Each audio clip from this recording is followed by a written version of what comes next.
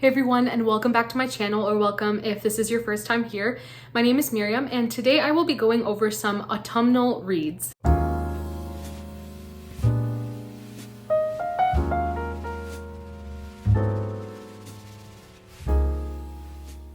So I kind of wanted to make an autumn TBR, but I also wanted to do like a fall book recommendations type of video. But I haven't read a whole lot of books that feel very autumnal. And so rather than just making a recommendations video with like 3 or 4 recommendations, what I decided to do was just compile a list going off of Goodreads, Google, wherever I could find some recommendations, and just putting all the books together. Some of these I have read and some of them I have not, but they are possibilities for myself, books that I could possibly read this fall.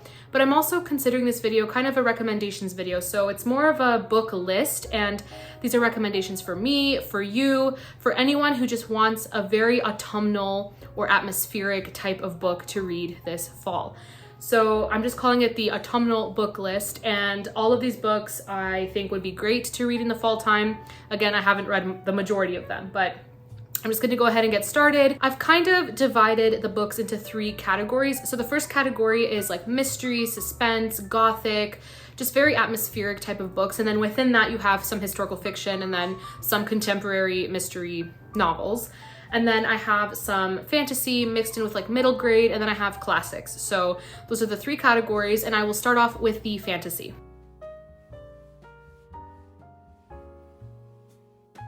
So the first one I would say is Fox, and this is a Christian historical fiction, but I think it's like alternate history maybe, or with a fantasy twist. I haven't read it, but it does take place in November, so that's the reason I think it would be great for fall, and I do plan on reading this with some booktube friends in November, which I'm really excited for. We have one of my favorite middle grade novels. We have The Body Under the Piano. This is an Aggie Morton mystery. And this is just such a cozy mystery series. I've read the first 2 books so far. I think there are 3 currently out. I think this is set in the Edwardian period, and we have a girl named Aggie Morton, and it's a twist on Agatha Christie, and then she has a male friend named Hector Perot, and he is a twist on Hercule Poirot. And they're just 2 kids solving mysteries, and it's so fun. It's perfect for fall. We have a young adult fantasy I recently read and absolutely loved, and that is Dreams Lie Beneath. This is set in a very forested and mountainous land. This world is just very dark and atmospheric, but not scary. It's just very almost moody, I would say. There's like this darker mood and ambience, and I think it's absolutely perfect for this fall season, for the rainy days. You know, it's one of those books that are perfect to pick up when you're feeling a little cold and chilly, and I think this is a great book. We also have The Name of the Wind by Patrick Rothfuss, and I just finished this a couple days ago, and it was so good. This is actually set in the fall. Autumn is mentioned quite a few times in this book, so it's definitely a good fall fantasy book. Another Christian fantasy, we have Mark of the Raven, and this book is also set in a world that feels very just atmospheric, and it's forested as well, and I just think it has a perfect fall mood to it. I don't remember if the setting ever specified if it is fall or any other season, but the atmosphere of the book definitely renders itself a good read for the fall season. I have 2 more middle grades. First, we have In Darkling Wood by Emma Carroll, and just look at this cover. Like, this cover just, to me, screams chilly weather, and I think it would be great for fall. I have not read this book, so this book and the next one are options for me because I have not read them. So In Darkling Wood says, when Alice's brother gets a longed for chance for a heart transplant, Alice is suddenly bundled off to her estranged grandmother's house. There's nothing good about staying with Nell, except for the beautiful darkling wood at the end of her garden, but Nell wants to have it cut down. Alice feels at home there, at peace, and even finds a friend, Flo. But Flo doesn't seem to go to the local school, and no one in town has heard of a girl with that name.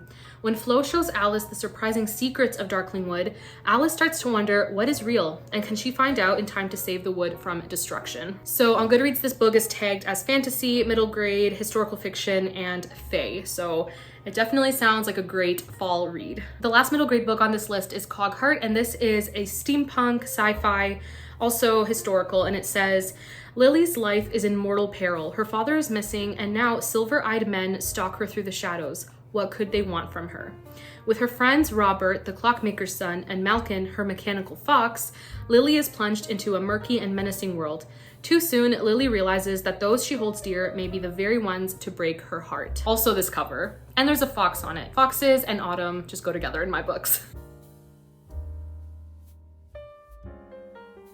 All right, so next on the list we have some classics, and I think these are all great for fall. The first one being The Woman in White by Wilkie Collins, and this is a very atmospheric and gothic detective sensation novel, and it is definitely autumnal in my opinion. Another very atmospheric, thrilling book, we have Jamaica Inn by Daphne du Maurier, and this is definitely one to cozy up with on a very dark and chilly night in the fall. These next two I don't even have to say much, they're just perfect for the fall. We have Dr. Jekyll and Mr. Hyde and Frankenstein, and I'm pretty sure everyone knows at least something about these books, but they are perfect for the fall time if you have not yet read them. And even if you have read them, great time for a reread. Then we have And Then There Were None, and this is set on an isolated island. It is very much an isolated closed circle mystery.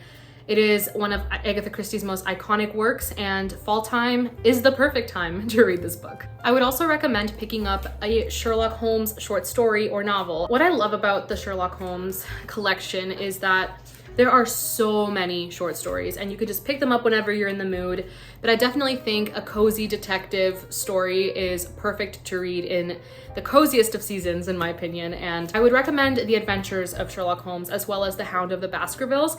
The Hound of the Baskervilles in particular, it's a short novel, but it has so much suspense and just beautiful atmosphere, and is a little bit on the creepy side, but not too scary. And yeah, anything Sherlock Holmes and fall, it's just perfection. And because of its atmosphere, I would also recommend reading Wuthering Heights in the fall. I think it's just perfect to read this disturbing book in the autumn. I just think it's perfect. These next classics I have not yet read, but they are options for me to read in the fall as well, and I'm also recommending them to you. So the first one is The Phantom of the Opera. This is actually on my list of books that I need to read this year, so this will definitely get read in the fall, and I actually don't know what it's about at all. So it says, in Paris, terror stalks the Opera Garnier. Stories of a terrifying ghost haunting the theater create panic amongst the musicians and audience. But the ghost is no supernatural phenomenon, but a living, deformed man, Eric, who is hopelessly in love with a promising singer, the beautiful Christine Daae, I don't know how to pronounce that. When her childhood friend Raoul begins courting her, Eric erupts in jealousy, and soon the ghost becomes violent and reckless. So this says it is gothic horror with ill-fated romance, and it kind of sort of gives me Hunchback vibes, but like a creepier version. So let me know if you've read this and what your thoughts were. I don't celebrate Halloween, and I don't like Halloween or anything to do with Halloween, but I definitely want to read this book because it's Agatha Christie, and I want to read all of her books, and it's set in the fall. So I'm definitely going to try to get to Halloween Party. I heard that the Halloween elements were not like a big deal in this book, so just the fact that it's set in fall, I think I would enjoy it. I'm hoping that I enjoy it. Another book on my list of books that I need to read this year that I think would be perfect for fall, and that's why I saved it for fall, is The Picture of Dorian Gray. And I have only read Oscar Wilde's plays. I have not read this book yet, and it is very beloved. It is a story of moral corruption, shocking by the standards of the late 20th century, crafted in brilliant prose. The book is of lasting importance, Gothic. I've seen it tagged as horror, but I don't know if that's accurate. So I'm really, really curious about this. I'm gonna go in with very low expectations because I've seen people seem to either love it or hate it. So we'll see. A book for early fall, I would really like to get to The Fortnight in September.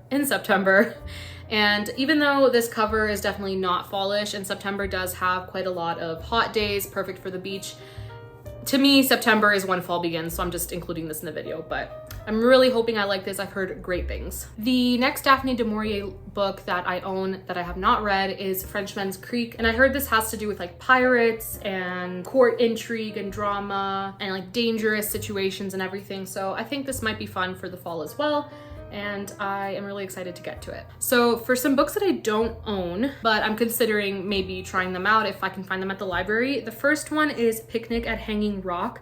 And this is a classic from the 60s that I've only heard a couple people talk about, and I haven't heard it talked about on YouTube at all, only on Goodreads. But this one is tagged as horror and historical fiction mystery, and it's set in Australia. So it says, it was a cloudless day in the year 1900. Everyone at Appleyard College for Young Ladies agreed it was just right for a picnic at Hanging Rock. After lunch, a group of 3 of the girls climbed into the blaze of the afternoon sun, pressing on through the scrub into the shadows of Hanging Rock. further higher till at last they disappeared and never returned. Whether Picnic at Hanging Rock is fact or fiction, the reader must decide for themselves. That sounds very, very unsettling, so we'll see if I can handle that, but there's that one. I've also wanted to try out The Haunting of Hill House, but I don't like very heavy horror. I don't like anything demonic or possessions or anything like that. I like to stay away. Ghost stories with like a good moral I can handle, which is why I really liked The Broken Girls by Simone St. James, and that's a book I'll talk about later on, but hardcore possession, no. So if you have read The Haunting of Hill House and it's not anything like heavily demonic, please let me know because I would like to try it out if it is good in that regard. So 2 more classics. We have Quartet in Autumn by Barbara Pym, and I have Excellent Women by this author and still haven't read it, but I've heard great things. This one sounds so cute. It says, this is the story of 4 people in late middle age, Edwin, Norman, Letty, and Marcia, whose chief point of contact is that they work in the same office and they suffer the same problem, loneliness. Lovingly, poignantly, satirically, and with much humor, Pym conducts us through their small lives and the facade they erect to defend themselves against the outside world. There is, nevertheless, an obstinate optimism in her characters, allowing them in their different ways to win through to a kind of hope. Barbara Pym's sensitive wit and artistry are at their most sparkling in Quartet in Autumn, and that just sounds so cute. That just sounds so sweet. Sometimes I just love a good book with like middle-aged or older adults. I just think it's so special and so sweet, and I love it. This was published in the 70s, so I'm assuming the book is set in either the 60s or 70s because it doesn't specify any other time period it would be set in, but it sounds really good. Another classic I think would be great to read this fall, and I need to find myself a copy because I still don't have it, but that is Dracula. I still have not read this book, and I'd really like to read it because it is set in my parents' home country. So I'd like to read more books set in Romania. That'd be really nice. But again, it's a classic, it's iconic, it's Dracula. I really need to give it a read.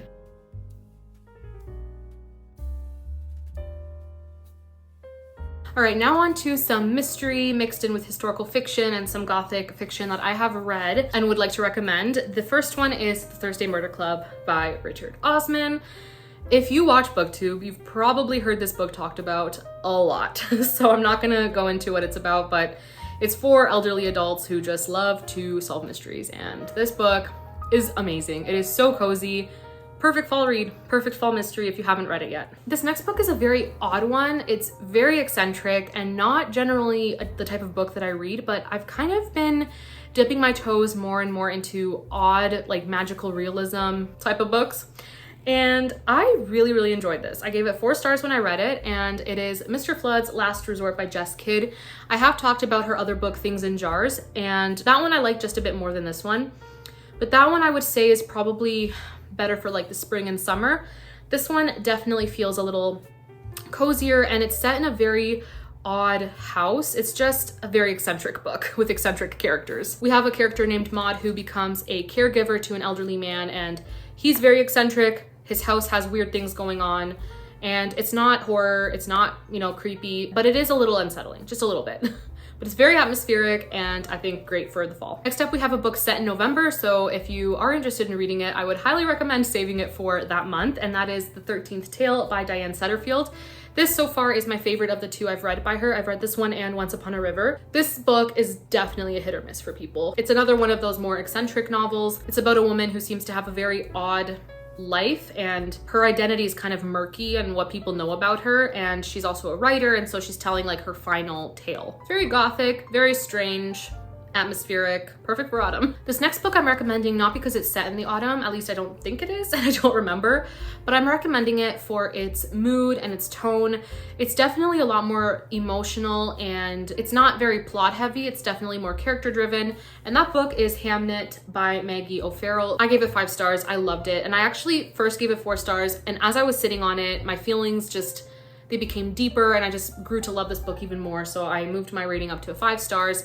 This is about Shakespeare's son and Shakespeare's wife. They are basically at the heart of the story. Shakespeare's in it, but he's never named. This book is so emotional. It deals with a lot of the deaths that occurred due to the plague in the 1500s, and so you have a lot of grief, and this book is basically about Shakespeare's wife and her grief when their son Hamnet passes away, and that's not a spoiler, literally says on the back. Her grief is at the center of this book, and it It is so, so good. I loved this book. So if you are interested in this book, I think fall is a great season to try it out. Another mystery thriller I read and I think is perfect for this season is The 7.5 Deaths of Evelyn Hardcastle. This is like Agatha Christie meeting Groundhog Day. That's how it's pitched, and I think that's a perfect description. So this one says, Aidan Bishop knows the rules. Evelyn Hardcastle will die every day until he can identify her killer and break the cycle. But every time the day begins, Aidan wakes up in the body of a different guest at Blackheath Manor. And some of his hosts are more helpful than others. With a locked room mystery that Agatha Christie would envy, Stuart Turton unfurls a breakneck novel of intrigue and suspense. Very autumnal, just a lot of fun. I think this is great for the fall. I never thought I would be the type of person to recommend ghost stories, but I'm telling you, this book is just beautiful. I've already explained my limits, my boundaries, and this book does not cross them. So I'm talking about The Broken Girls by Simone St. James. This is a dual timeline mystery. It takes place partly in modern day and partly, I think, in the 50s. And yes, it is a ghost story, but the ghost story element is used to tell a very deep and heartfelt story. And it's beautiful, very atmospheric, slightly creepy, perfect for fall. Then we have a book that is inspired by Frankenstein, and that is Lost in Darkness by Michelle Griepe. This is a Christian historical fiction set in the Regency era and definitely has Frankenstein vibes. It is, I think, set in the fall actually. And even if it's not set in the fall, it definitely feels like it's set in the fall. It is perfect to read in the fall. How many more times am I gonna say fall and autumn in this video? I'm sorry, but it is a fall, autumn book recommendations video. So then we have two more mysteries I've read that I think are great to read this season. We have Home Before Dark, and this is the only Riley Sager book I have read so far.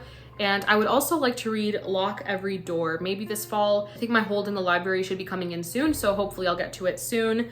Home Before Dark is kind of like a haunted house inspired mystery, but it is not a ghost story. It's just meant to feel very atmospheric, and it was so, so good. I gave it 5 stars. And also Truly Devious, I think I gave 4 stars. I overall really enjoyed it. It is set in the fall, so perfect time to read it. Continuing on with this category, we now have some books that I have not read, and I think they would be great options for the fall season, and I'm also recommending them to you if you are interested. If you haven't heard of these, maybe you could check them out this fall. The first one being Still Life by Louise Penny. I have yet to read an Armand Gamache book, and I really, really need to get to this series because I have only heard great things. So Still Life is set around Thanksgiving, which is perfect. And since this is set in Quebec, I'm assuming it's the Canadian Thanksgiving, which is October. So really, really hopeful for this book, and I really hope I can get to it this fall. Then we have a very unsettling book that I've heard great things about as well. I've heard great things about this author, so it's supposed to be very like gothic and creepy, and that is The Poison Thread by Laura Purcell.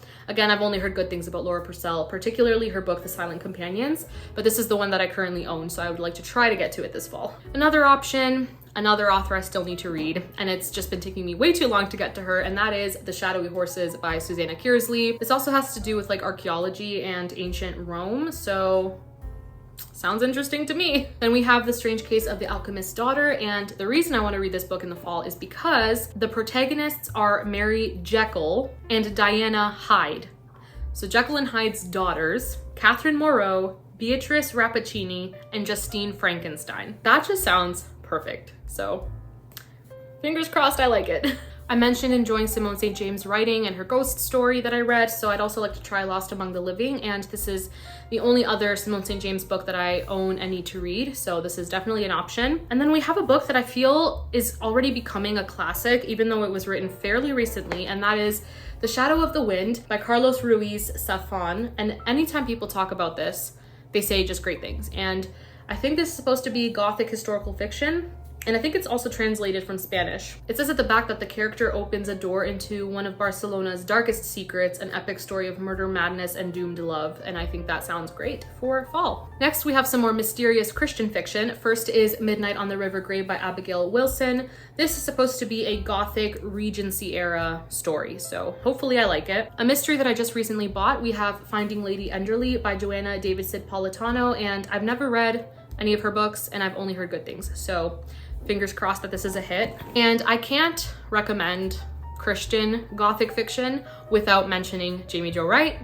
So the 3 books that I own that I have not read by her, I would like to get to at least one of these in the fall. We have Echoes Among the Stones. The Haunting at Bonaventure Circus, and On the Cliffs of Foxglove Manor. I would actually like it if you guys could help me pick which one I should read first. I want to prioritize one of these this fall, so let me know if you've read any of these, which one you think I should read.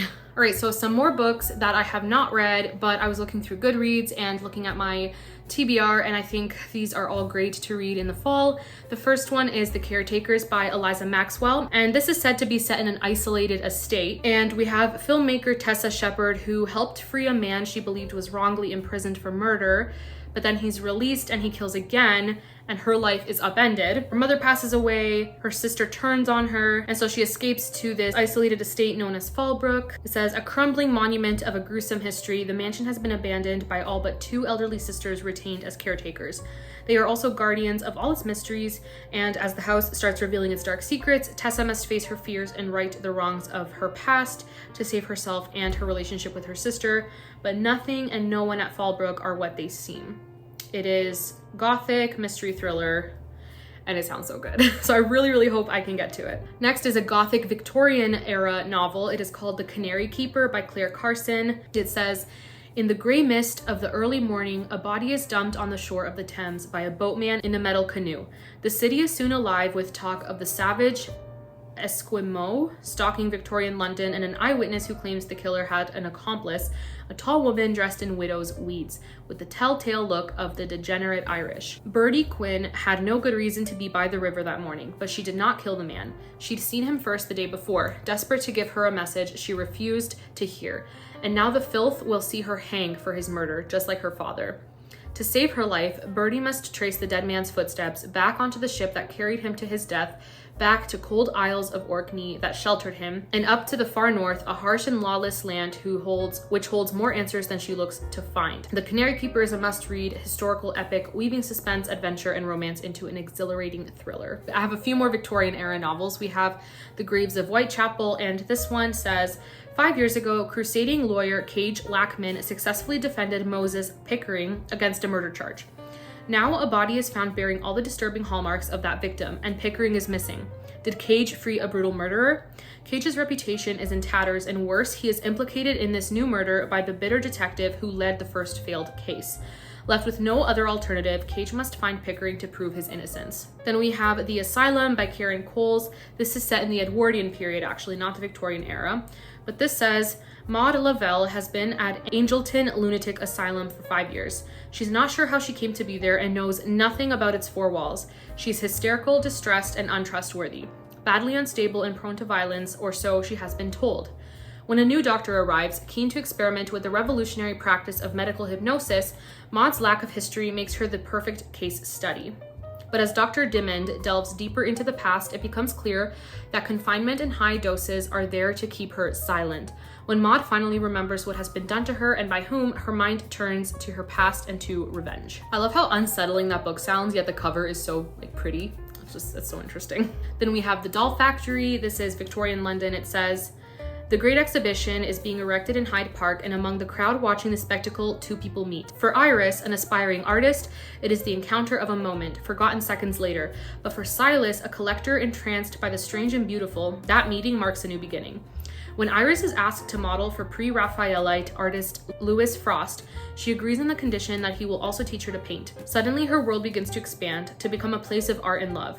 But Silas has only thought of one thing since their meeting, and his obsession is darkening. I've also heard great things about this book, and I really do love Gothic fiction, so I'm really hoping that it's a hit. This next book also sounds really good. It is called The Key in the Lock by Beth Underdown, and this also has a character named Ivy, so that's interesting. It says, by day, Ivy Boscawen mourns the loss of her son Tim in the Great War, but by night she mourns another boy, one whose death decades ago haunts her still. For Ivy is sure that there is more to what happened all those years ago, the fire at the great house and the terrible events that came after. A truth she must uncover if she is ever to be free.